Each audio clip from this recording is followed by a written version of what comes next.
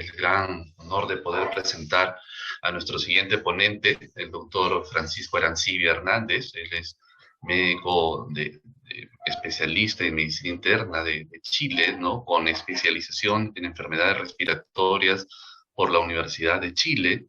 Él tiene múltiples estudios de posgrado, tanto a nivel local en Chile y a nivel internacional en Barcelona. El doctor Arancibia es jefe del Servicio de Medicina Respiratoria del Instituto Nacional de Tórax, ¿no?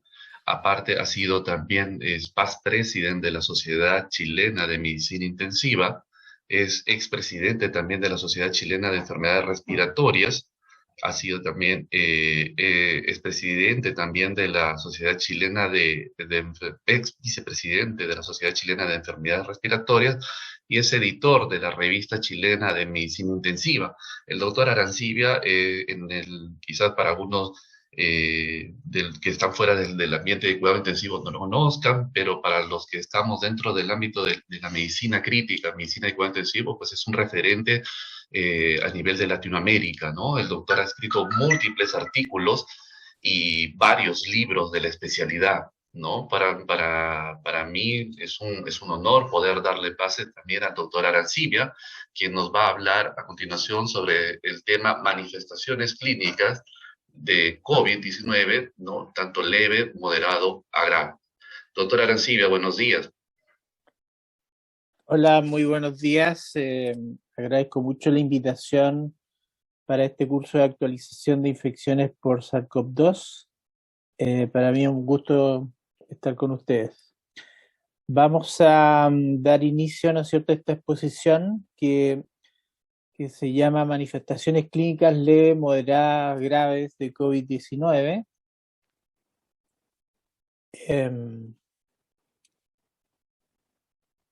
Como vimos ayer, ¿no es cierto?, la llave de entrada que tiene el virus SARS-CoV-2 en el organismo humano son los receptores de la enzima convertidora de angiotensina 2. Desafortunadamente para nosotros, además de estar en las vías respiratorias y superiores y en los pulmones, también se encuentra en muchos sistemas y órganos del organismo. Está en el sistema nervioso central, como veíamos, en el hígado, en los ojos, en el corazón, en los riñones, en el intestino, en los enterocitos, y también, ¿no es cierto?, distribuidos en las células endoteliales de los vasos sanguíneos. Por lo tanto, los síntomas que pueden expresarse son bastante, y manifestaciones que se pueden expresar son amplias. En la siguiente diapositiva vemos, ¿no es cierto?, cuáles se pueden ir presentando: anosmia, geusia, dolor de garganta, congestión nasal, a nivel respiratorio tos y disnea. Disnea es uno de los signos importantes, sobre todo de alarma. A nivel cardíaco, todo lo que puede implicar la isquemia miocárdica. Cuando tenemos tromboembolismo pulmonar o trombosis venosa profunda, los síntomas que pueden dar. A nivel del sistema nervioso central es bastante florido: fiebre, dolor de cabeza, fatiga, mialgias, isquemia. Puede dar una encefalopatía, delirio, deterioro en la memoria. A nivel gastrointestinal, diarrea, vómitos, dolor abdominal, anorexia.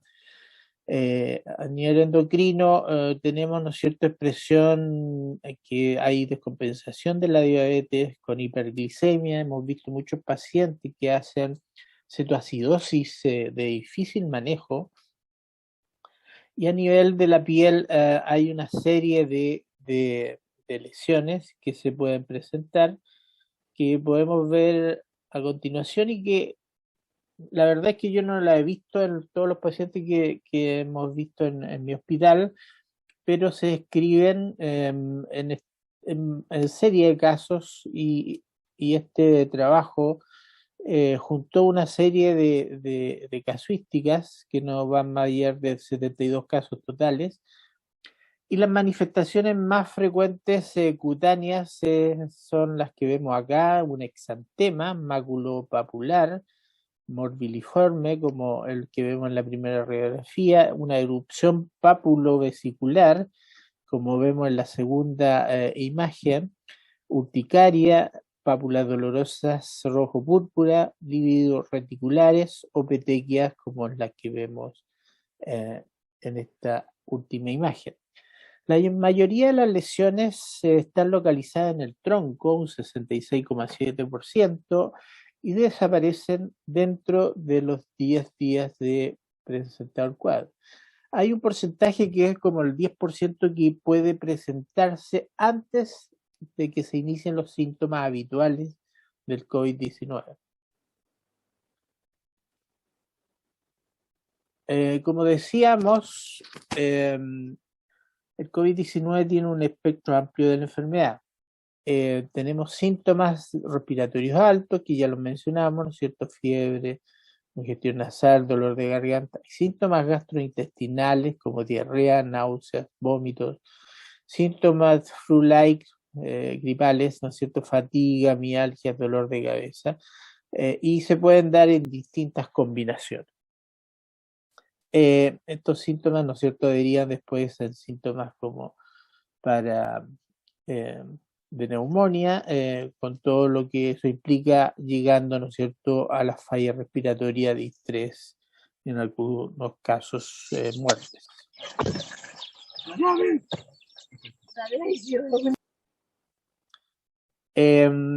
Cuando miramos, ¿no es cierto?, vimos el espectro de síntomas y manifestaciones que tenemos, y acá tenemos también el espectro de gravedad que pueden tener los pacientes. La mayoría sabemos que el 80% se expresa síntomas leves, moderados, pero un 15% requiere atención hospitalizado y un 5% de todo el paciente sintomático hospitalización en intensivo. Cuando miramos la gravedad en particular, cuando es una enfermedad leve, los síntomas habituales son fiebre, tos, puede haber anosmia, pero no hay disnea en general. Cuando hay una condición ya moderada, pueden presentarse, ¿no es cierto?, signos clínicos y radiológicos de neumonía, pero que es una neumonía con pocos focos pulmonares y en general la saturación es mayor de 94%. Ambos, leve y moderado, ocupan, como dijimos, el 80% de los casos, y como vemos acá en la radiografía se ven estas imágenes tenues que son pocas para lo descrito. El manejo ambulatorio del paciente leve, ¿no es cierto?, implica que el paciente lo aislemos en casa o residencias sanitarias si hay disponibilidad, tenga reposo, que haya hidratación adecuada, ingerir alimentos de fácil digestión, una terapia sintomática con paracetamol o traine, no usar corticoides en estados leves y moderados en que no hay hipoxemia.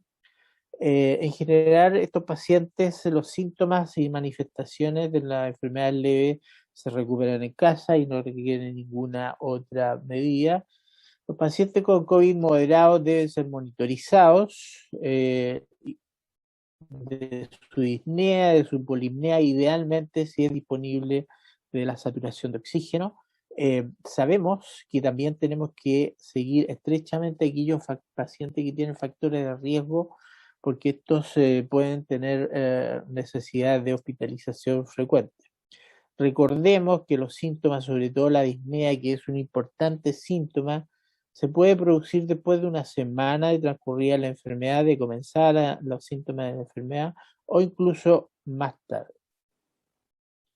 Los factores de riesgo para COVID grave son varios. Esta es una recopilación de la CDC, donde cada uno de estos factores tiene metaanálisis y revisión sistemática de la literatura, y tenemos, ¿no es cierto?, el adulto mayor.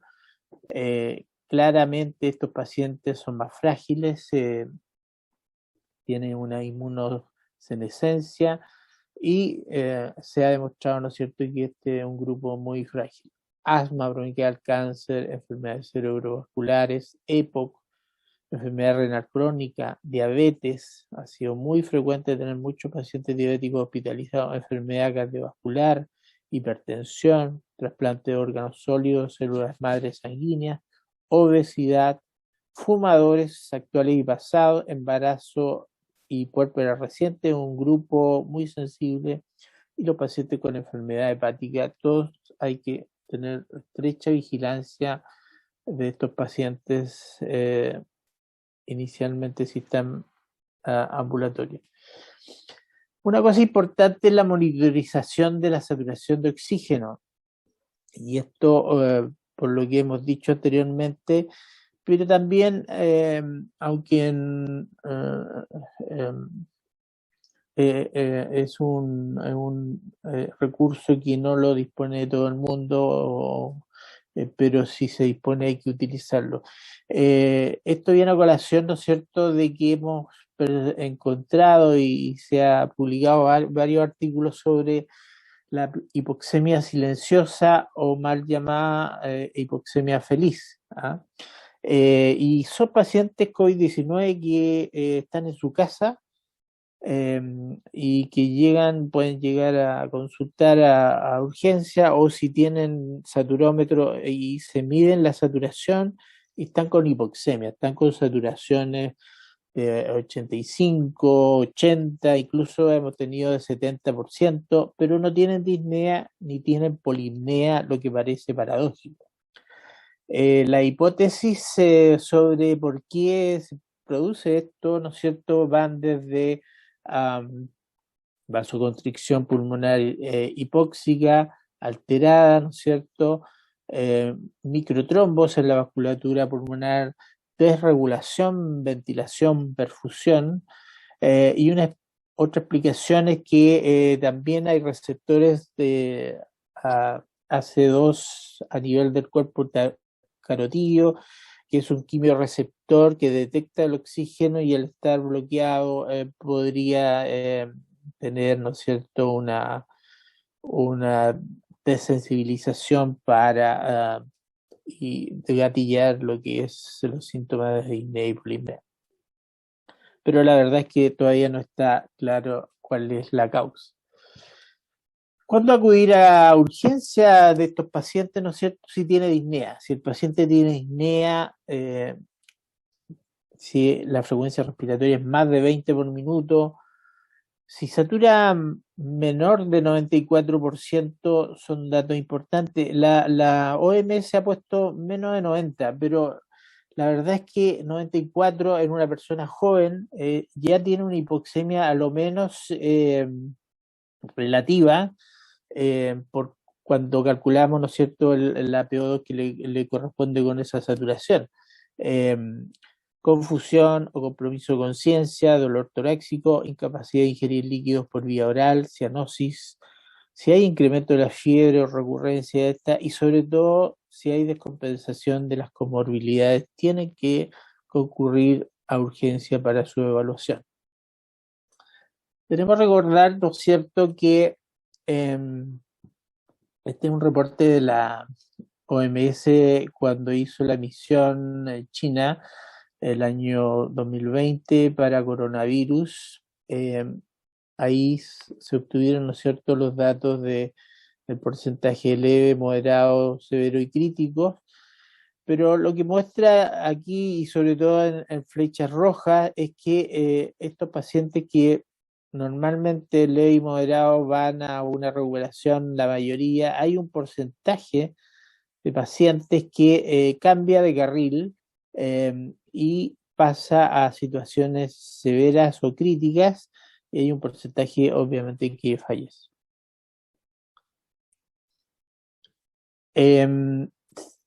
Las manifestaciones, ¿no es cierto?,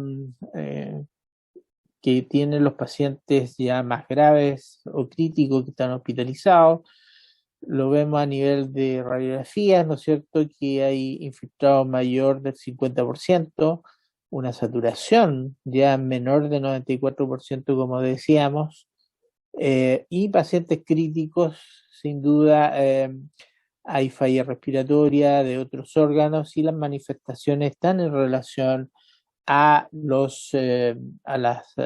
lo crítico y al compromiso de cada uno de los órganos. Esta es una revisión que realizó el doctor Fernando Saldías de Chile, publicada en la revista médica. Ellos evaluaron 1022 pacientes adultos que tenían infección respiratoria aguda por coronavirus en el servicio de urgencia del Hospital Clínico de la Católica, Universidad Católica. Esto fue entre abril y mayo del año 2020. Entonces compararon, todos estos pacientes estaban, ¿no es cierto?, confirmados de SARS-CoV-2. La edad eran 39 pacientes, lo que finalmente se manejaron ambulatoriamente y fue la mayoría, 911 de los 1022, y los que quedaron hospitalizados eran más de una década mayor, 50 años. No hubo diferencia en sexo. La duración de los síntomas era 3,7 versus 4,2 que quedaron hospitalizados. Consumo de oxígeno no había diferencia entre los grupos, pero sí en las comorbilidades, donde hay un mayor porcentaje de comorbilidades en los pacientes que quedaron hospitalizados. Aquí se listan las distintas manifestaciones clínicas que predicen la hospitalización o no de los pacientes con SARS-CoV-2. Y hay un grupo, ¿no es cierto?, de manifestaciones clínicas como el malestar general, mialgia, fatigabilidad, sensación febril y escalofríos que fueron claramente diferentes, algunos con amplia diferencia, que fueron más frecuentes en el grupo de pacientes hospitalizados que aquellos que tuvieron en manejo ambulatorio. Otros grupos de síntomas que son los respiratorios, ¿no es cierto? Tos muy frecuente, menos la expectoración y la disnea. Aquí está la disnea que está casi en el 80% de los casos y está segmentada por leve, moderada y severa, en este caso 27% de los casos. Otro grupo de síntomas que también determina o es más frecuente en los pacientes hospitalizados es la anorexia, las náuseas y los vómitos, como podemos ver en este listado. Otros síntomas aislados como dolor abdominal también fue significativo en los pacientes hospitalizados y la otitis, aunque fue bastante infrecuente, fue más frecuente en el grupo de hospitalizados. Acá se hicieron un análisis multivariado de todos estos datos y lo que encontraron los investigadores fue que fiebre tenía un ratio de 2,33, disnea un ratio de 4,09, náuseas 2,57 y paciente inmunosuprimido fueron predictores clínicos de hospitalización en pacientes adultos con COVID-19 atendidos ahí en la urgencia.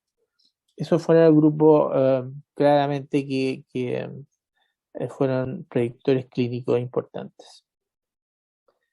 En esta otra diapositiva, los autores vieron los predictores clínicos de hospitalización en la unidad de cuidados intermedios o intensivos de estos pacientes.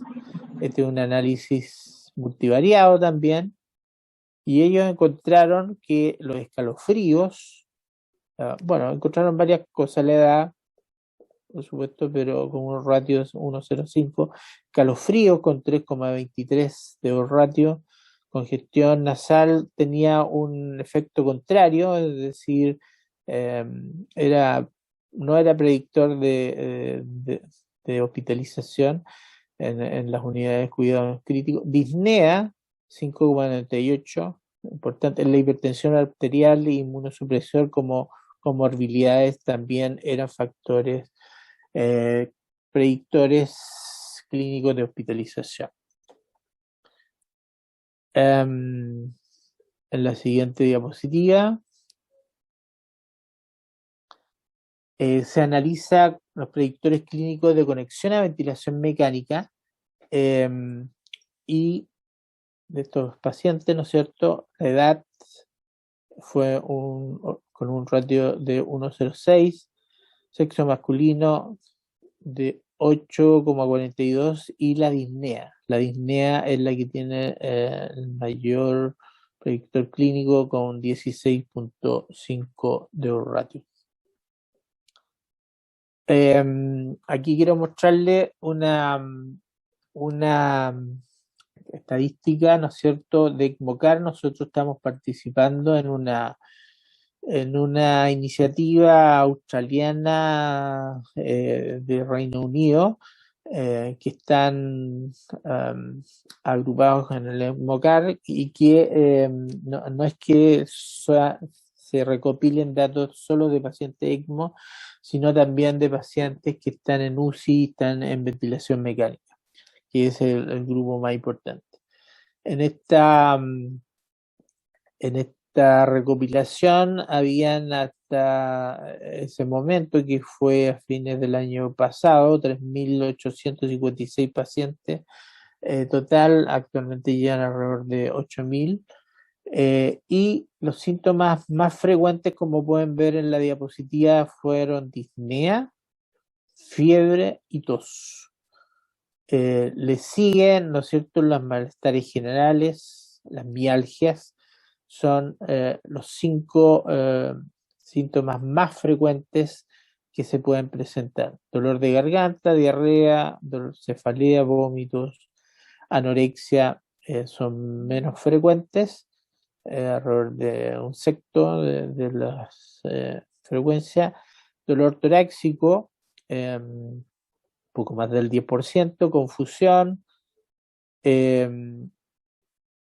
dolor abdominal, pérdida del gusto y del olfato, menos frecuente, como lo vemos. Y las lesiones cutáneas que vimos al principio son bastante infrecuentes.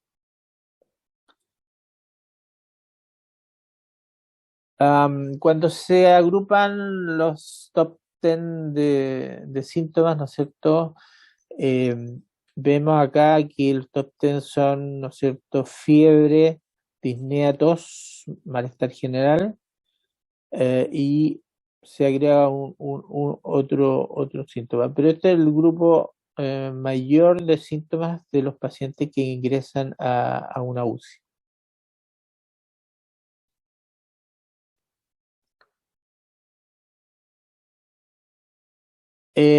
También mencionar, ¿no es cierto?, que es importante dentro de las manifestaciones clínicas, las manifestaciones que tenemos en la radiografía. Y decir también que el escáner ha sido de utilidad muy importante, incluso en el diagnóstico del paciente con COVID-19.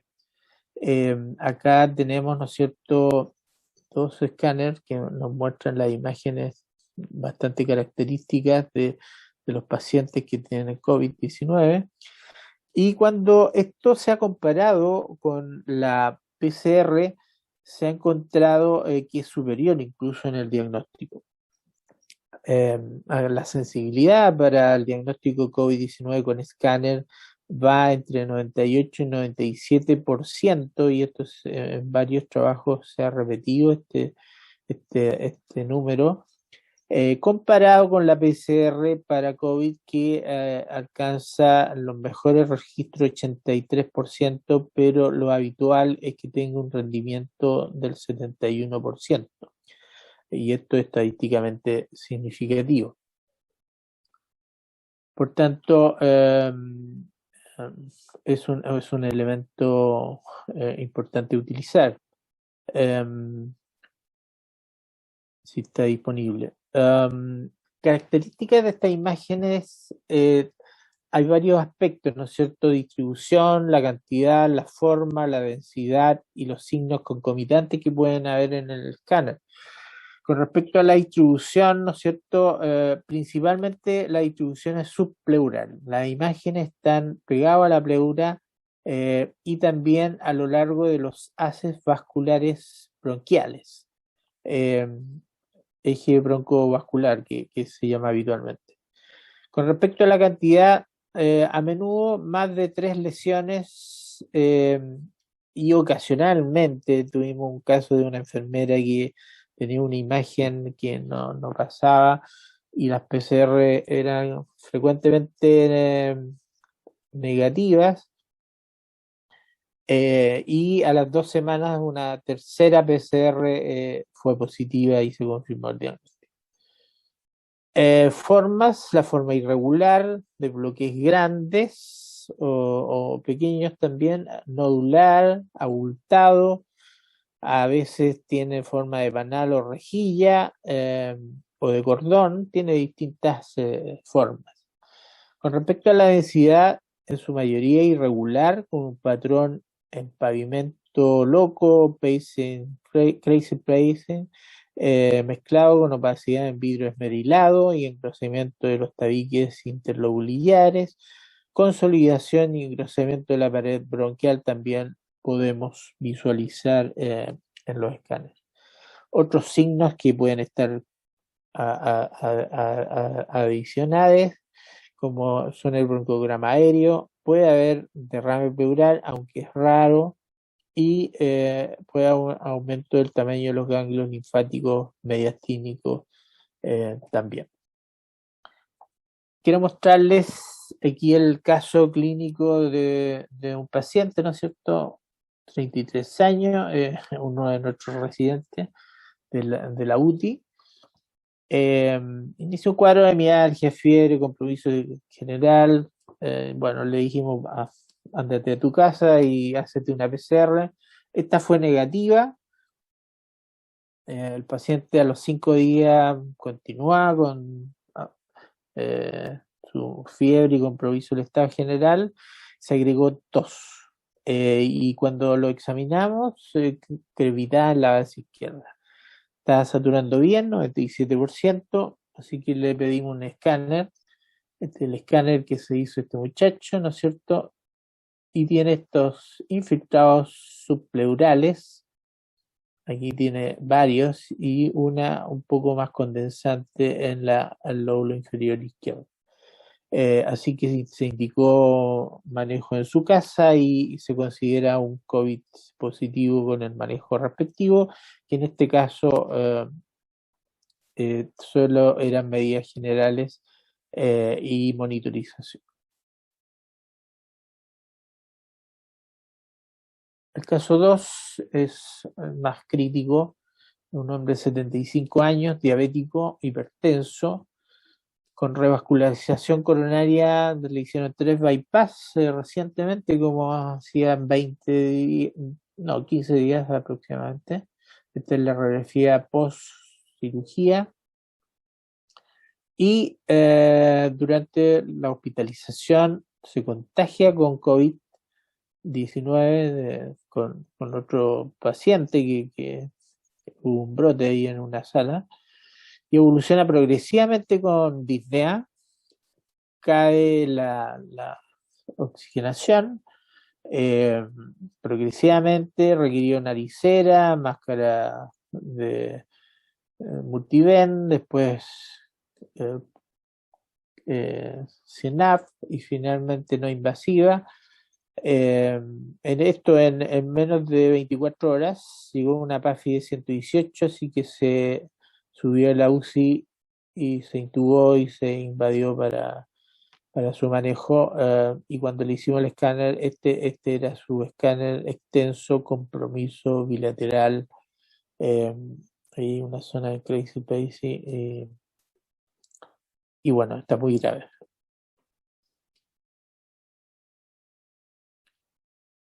La clasificación de los estados patológicos que nos enseñaron, ¿no es cierto? Un estado inicial de la infección, se está replicando el virus, y la enfermedad puede ser leve o moderada. Como dijimos, hay un 20% que puede progresar a situaciones más graves, como estado 2, ¿no es cierto? Donde hay disnea, cae la saturación y puede requerir hospitalización, ya sea en sala o en intermedio, y hay un grupo grave, ¿no es cierto?, que tiene eh, una fase muy inflamatoria, y con todas las complicaciones como distrés, shock, falla cardíaca, entre otros. Cuando miramos, ¿no es cierto?, en estas distintas fases, el laboratorio, encontramos en las fases iniciales que ya puede aparecer linfopenia. Ese es uno de las principales alteraciones que se puede observar en las fases iniciales. En fases 2 puede haber inflamación del hígado con transaminitis. Hemos tenido pacientes que han llegado a sobre 1000 de transaminasas y otros han duplicado, han triplicado los valores normales, pero la procalcitonina se mantiene baja. En fases ya avanzadas de la enfermedad o severas, los marcadores inflamatorios claramente se elevan con la PCR, la LDH, la interleuquina 6, el dímero D, la ferritina. También pueden estar elevados la troponina, sobre todo si hay elementos de lesión cardíaca. Cuando hay insuficiencia cardíaca, tenemos elevación de la BNB en forma importante. Y bueno, acá tenemos en esta fase inflamatoria, deberíamos dar medicamentos, ¿no es cierto?, que vayan en esa línea, y las recomendaciones europeas recientemente publicadas. Con los corticoides no tenemos dudas que debemos darlos en pacientes con oxígeno, ventilación no invasiva o ventilación mecánica, pero no debemos usar en pacientes que están sin oxígeno. Es una fuerte recomendación con una calidad de la evidencia moderada, que es la más importante que tiene esta, ¿no es cierto?, guía. Y un segundo grupo, actuando a nivel de inflamatorio, son los anticuerpos monoclonales antagonistas de los receptores interleuquina 6. Y esto, hay una recomendación en pacientes hospitalizados que requieren oxígeno o soporte ventilatorio, una fuerza de recomendación condicional, y la calidad de la evidencia es baja. Por tanto, es un elemento adicional que se puede utilizar si se dispone.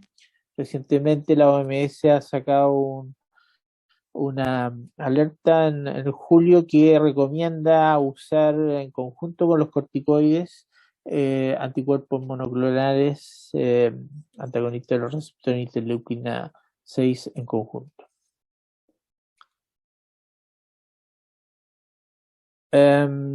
Finalmente, para terminar esta charla, quiero mencionar, ¿no es cierto?, que estamos teniendo un impacto de la vacunación, la hospitalización, ingreso a UCI de los pacientes COVID-19. Acá tenemos datos de Houston en cuanto a las hospitalizaciones, esto es reciente, y de los últimos 83 hospitalizados, solo 9 eran pacientes que estaban vacunados y todo el resto era el grupo no vacunado, y el grupo no vacunado fue el que tuvo que ir a UCI y el grupo que requirió ventilación mecánica. Es decir, la vacuna está haciendo un efecto positivo en cuanto a protección para la infección por COVID-19. Y acá quiero mostrarles datos chilenos. En Chile principalmente se han puesto dos vacunas, la Sinovac, que es de origen chino, la gran mayoría se ha puesto de ese grupo, pero en segundo lugar se ha puesto la Pfizer en forma importante también. Y acá quiero mostrarles, ¿no es cierto?, que se analizaron 8 millones de personas, de las cuales los vacunados habían sido 5 millones con 2 dosis y 600.000 con una dosis solamente. Y los no vacunados eran 2 millones en total, daban 8 millones. Ese eran los análisis sobre la población que se hizo el análisis. Y los datos muestran lo siguiente, que con respecto a la efectividad de Sinovac, al día 14, después de la segunda dosis, se encuentra que hay un 58% de efectividad para prevenir COVID-19 sintomático, 86% de efectividad para prevenir hospitalización, 89% para prevenir ingreso a UCI y 86% para prevenir muerte. Son datos muy importantes. Y cuando analizamos la Pfizer, que la vacunación se aplicó ya 2 dosis en 1,4 millones de personas, una dosis en 500.000, es decir, 2.100.000 vacunados, perdón, no vacunados, y por lo tanto la población de análisis fue 4 millones, y los datos muestran lo siguiente, que la efectividad de la vacuna Pfizer a 14 días después de la segunda dosis muestra un 87% de efectividad para prevenir COVID sintomático, 97,1% para prevenir hospitalización y 98% para ingreso a UCI y 100% de efectividad para prevenir muerte. Es decir, esta es una vacuna mucho más efectiva, tiene otro mecanismo de acción. Y bueno, son datos realmente importantes y que demuestran la importancia de vacunarse hoy en día. Como conclusión a esta presentación, hay un espectro amplio de manifestaciones que está en relación a la presencia del receptor de la enzima convertidora de angiotensina 2 en el organismo. Los pacientes con COVID-19 leve a moderado deben ser monitorizados, sobre todo aquellos con factores de riesgo. La disnea es la manifestación más importante y debe ser, ¿no es cierto?, vigilada, y si aparece requiere hospitalización e ingreso a UCI. El TAC de tórax es una importante herramienta para el diagnóstico de COVID con alta sensibilidad para el diagnóstico. En estados de COVID crítico, las manifestaciones son las propias del distrés respiratorio, shock, insuficiencia cardíaca, etc. Y la vacunación efectiva disminuye el número de hospitalizados, de ingresos a UCI y fallecidos. Bueno, muchas gracias por su atención en esta presentación.